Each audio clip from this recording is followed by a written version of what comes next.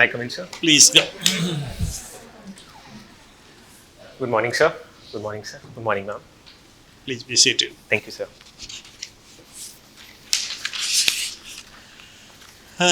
Shashwat Agrawal, please tell us something about yourself. Sir, my name is Shashwat Agrawal. I originally hail from Varanasi, Uttar Pradesh. I have done my graduation in political science from Delhi University. Post that, sir, I have worked for 1 year as a legislative assistant to a member of parliament at the PRS Legislative Research. After that, I pursued my master's in development studies from JNU, and post that, I have been preparing for the civil services. This is my third attempt and first interview, sir. You have opted for IFS as your first choice. Yes, sir. So political science has been your subject. Yes, sir. What do you think about the speaker's judgment with regard to the MLAs who have defected or who have shifted from Shiv Sena group and NCP group?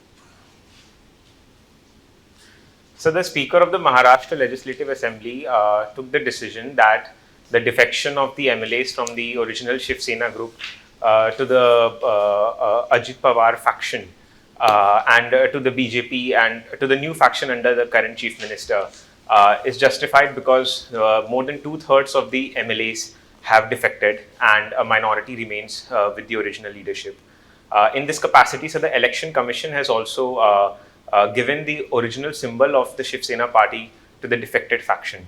So to that capacity, it actually satisfies the anti-defection law, which allows defection if it is in terms of more than 2/3 of the overall membership of the MLAs. But you can't have your own faction. You have to merge with some party if you are defecting. And that's the condition which was not fulfilled. Yes, sir. Sir, in fact, the Honorable Chief Justice came out with a remark that the umbilical cord of a political party is broken if factions within political parties realign after the election. Sir, I think there is a legislative loophole and the government should come out with more clarity in terms of the overall legal structure of the anti-defection law in this regard. I was recently reading a report that nowadays criminals are not interested in contesting the poll. Why? So probably it is because maybe the civil society and the media has created sizable public opinion. No. Any other reason?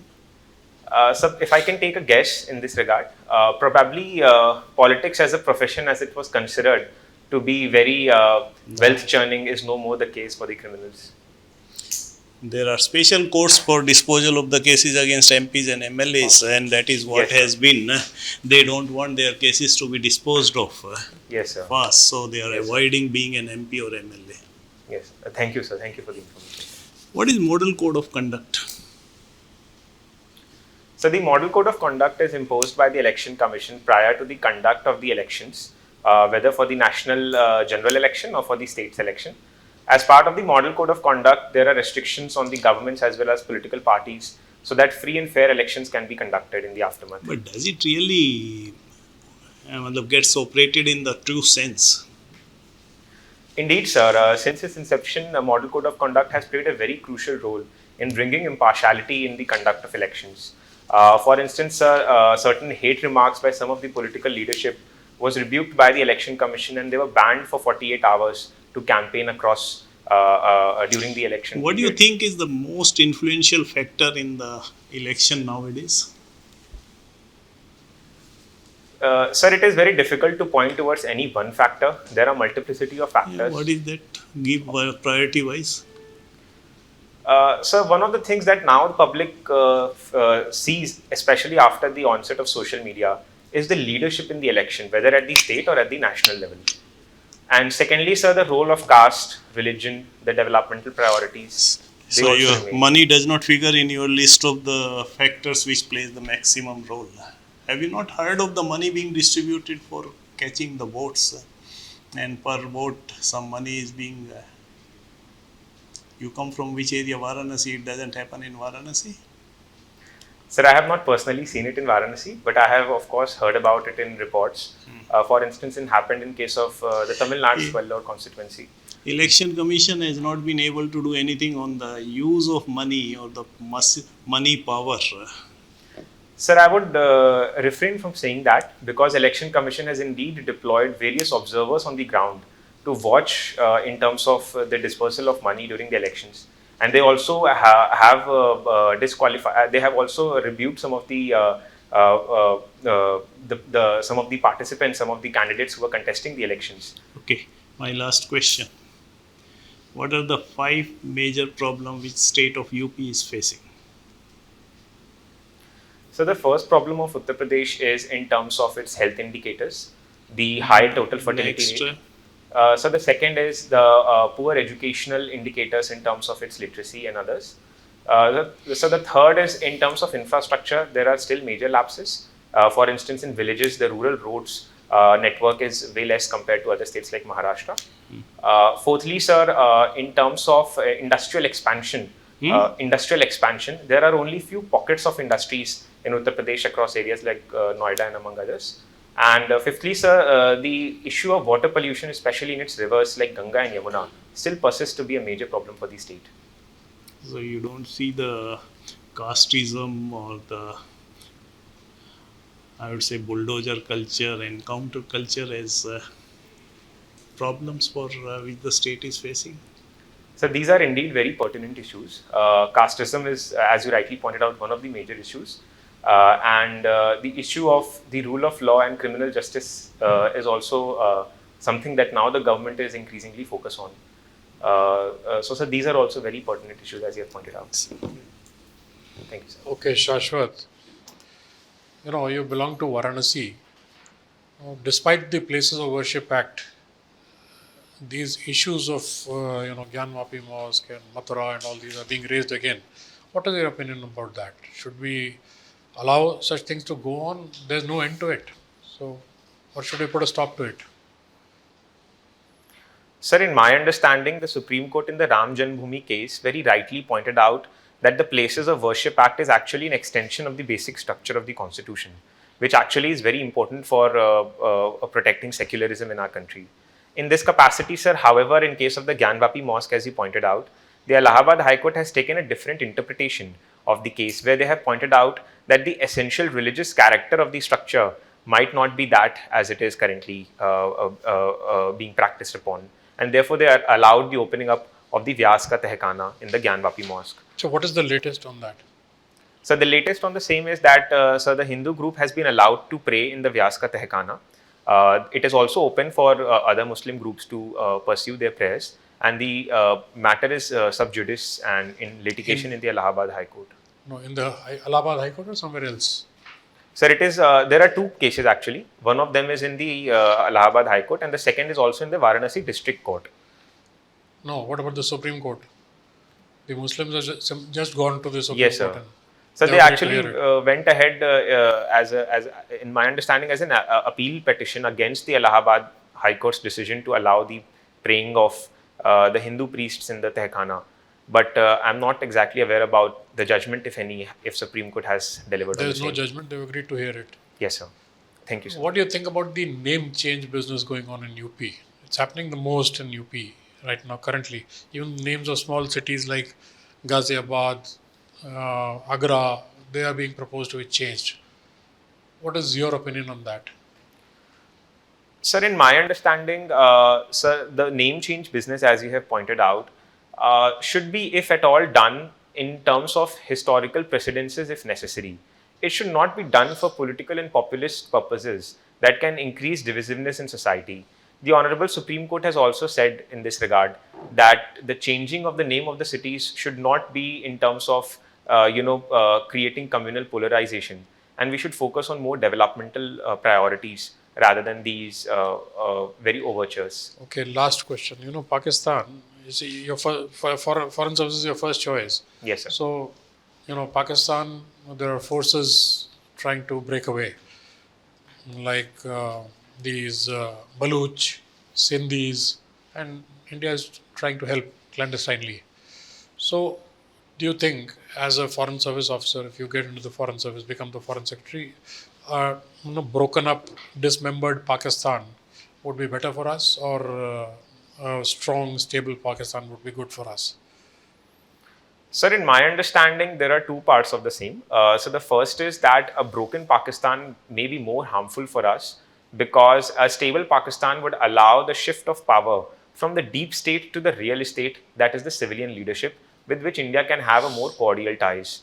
However, sir, as Pakistan practices the policy of bleeding India with 1,000 cuts, at times strategically it becomes necessary to have overt intelligence operations in these areas, and it also acts as a deterrence in these countries. Excellent. Thank you, sir.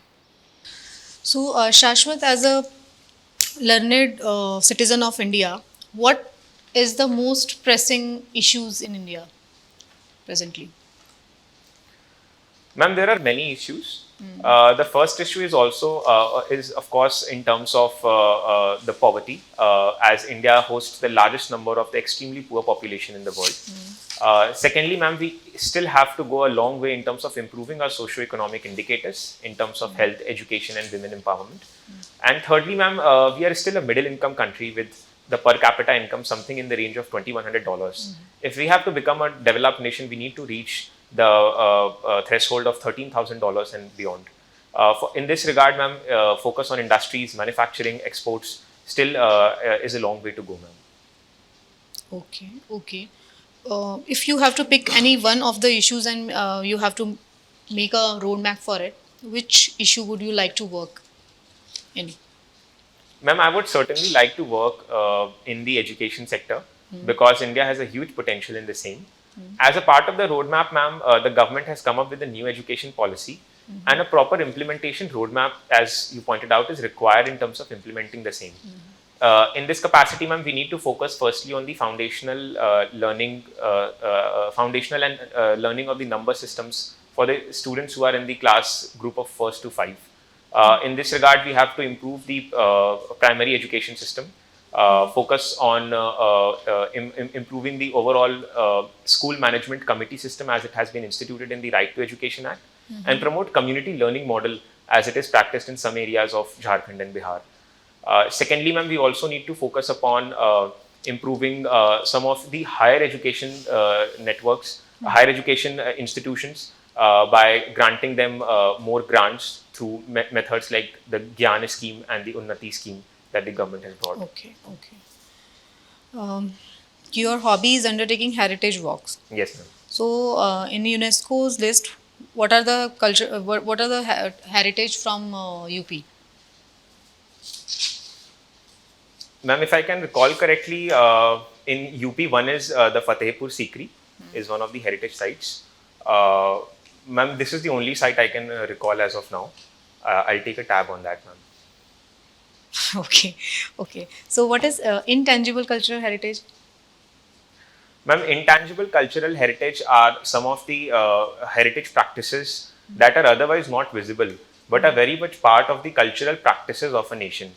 For instance, in India, there is UNESCO's intangible cultural heritage list. Okay. What should be included from that UP intangible cultural heritage? What could be included? Ma'am, if I can take one example, in Varanasi, there is a practice of Nak Kataiya, which is undertaken after Diwali, where a procession of Ram, Lakshman in the aftermath of Diwali is carried out, and dances and other practices are undertaken. And this is coming from time. My last question: what did you learn? You are taking walks. What is your learning? Ma'am, firstly, I was able to appreciate the rich cultural heritage of our country. We realized, I personally realized that heritage plays such an important role in terms of not just overtures like the promotion of tourism and providing employment generation, but it is a part and parcel of human life. And therefore, if we have to create, as we call Vasudhaiv Kutumbakam, promotion of heritage tourism and promotion of... Where did you visit in Delhi? Which all places? Ma'am, in Delhi, I was able to visit the Jama Masjid site, the famous Agrasen Ki Bawli, the 𝐒𝐢𝐳𝐶 tomb, and the Akshardham temple as well, ma'am. Okay, thank you. Thank you, ma'am. You see, we were talking some time back about money in politics. So there has been electoral bonds have been struck down by the Supreme Court. So what are your views on that? Let's forget the views. What were the grounds on which the Supreme Court struck them down? So the Honorable Supreme Court struck down the electoral bonds scheme of the government on the grounds that, so firstly, it was unable to solve the problem of anonymity as it persists in India's electoral funding. Corporate houses did fund political parties which remained out of the public's view. Secondly, sir, there was a disproportionate taking away of the benefit of the electoral bonds scheme by a singular political party, and other political parties were actually left with a minuscule proportion of the same. So these are the two grounds on which it struck down the same. Okay, then let's say China attacks Taiwan. What will be the implications for India? There will be worldwide implications, all right. What will be the implications for India? Sir, if China attacks Taiwan, that would have numerous implications both for the world and India. So for India, firstly, in terms of economy, it would be a major challenge because India has a significant imports from China as well as Taiwan. Secondly, sir, Taiwan in a strategic conundrum might pose challenges to India's semiconductor future, in which Taiwanese companies play a crucial role. And thirdly, sir, as China would invade Taiwan, that would involve global powers and lead the bloc polarization to its crescendo. In this capacity, the tightrope walk that India undertakes in its diplomatic maneuver would become very constrained. And therefore, India will have limited option but to take sides in the international global order. Okay.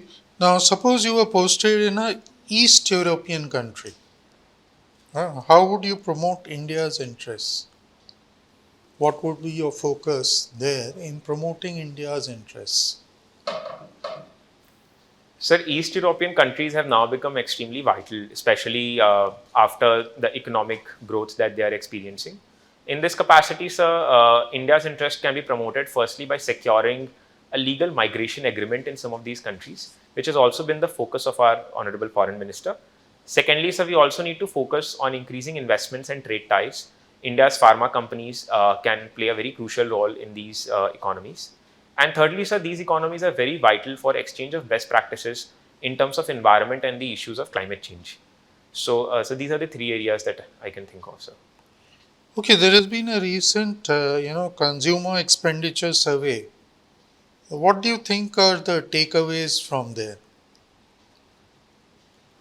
Sir, I have not taken a tab on the consumer expenditure survey. I'll read more about that, sir. So, what papers are you reading? Sir, I'm reading the Indian Express now.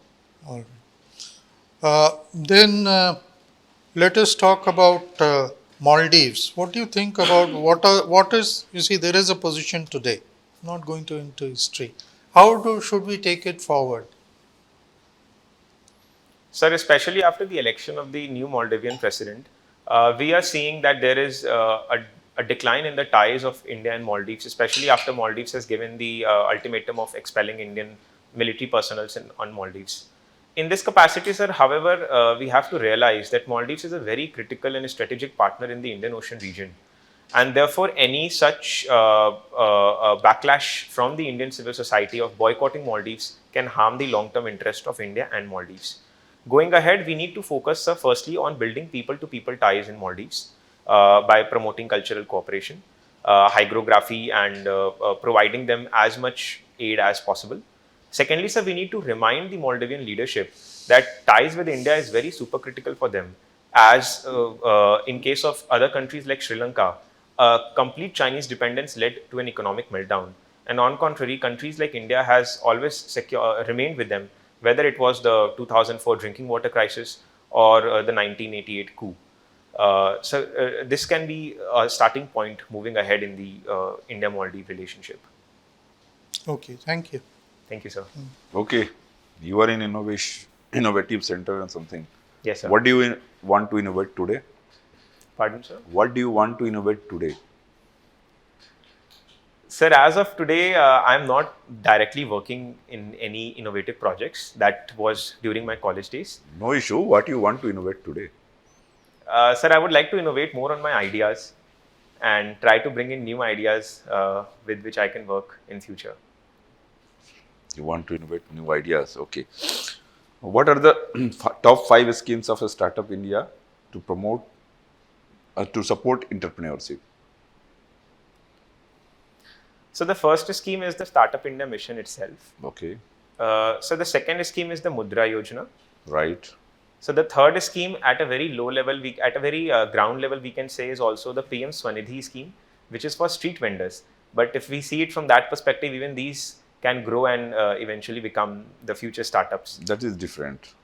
Sir, if I have to take other examples, there are other schemes like Stand Up India, which focuses on promoting, granting loans to SCs and STs and women to establish their own startups. And so the last, if I can recall correctly, is the relaxation in the angel tax that the government has extended. There are some to the schemes, seed fund scheme, Atal Innovations. Yes, sir. So the Atal Innovation Mission is also in terms of promotion of innovation. What is Global Innovative Index ranking of India? Sir, I do not exactly recall the ranking of the Global Innovation Index, but if I can take a guess, sir, it is in the range of 45 to 50. 40. Okay, who released Global Innovative Index? Sir, I don't exactly recall the same, sir. I'll take a tab on that. What do you know about Niti Aayog Innovative Index? So Niti Aayog launches its own innovation index where it ranks the states in terms of the promotion of innovation and As innovative practices. So there are various parameters, especially in terms of the regulatory clearances that are required for establishing startups. As per Niti Aayog Innovative Index ranking, which one is the first? So the last I can recall is Gujarat. This year, 2023 as per. So 2023, I'm not exactly able to recall, sir. I'll take a tab on that. Okay. SDG. Yes. Sir. Three main focus of SDG. So the first focus is on elimination of poverty. So the second is on promotion of gender equality. So the third is also on promotion of good health and education. Okay, you are also in Swachh Bharat Abhiyan. Yes, sir. Suppose you are a DM of some district and you want to implement Swachh Bharat Abhiyan and reflect in every corner of the area. What are the 3, 4, 5 steps? In just 1 month. So the first step I would take would be with respect to promotion of waste management. Biogas plants and bio-waste can be one of the areas where the district can see very tumultuous gains.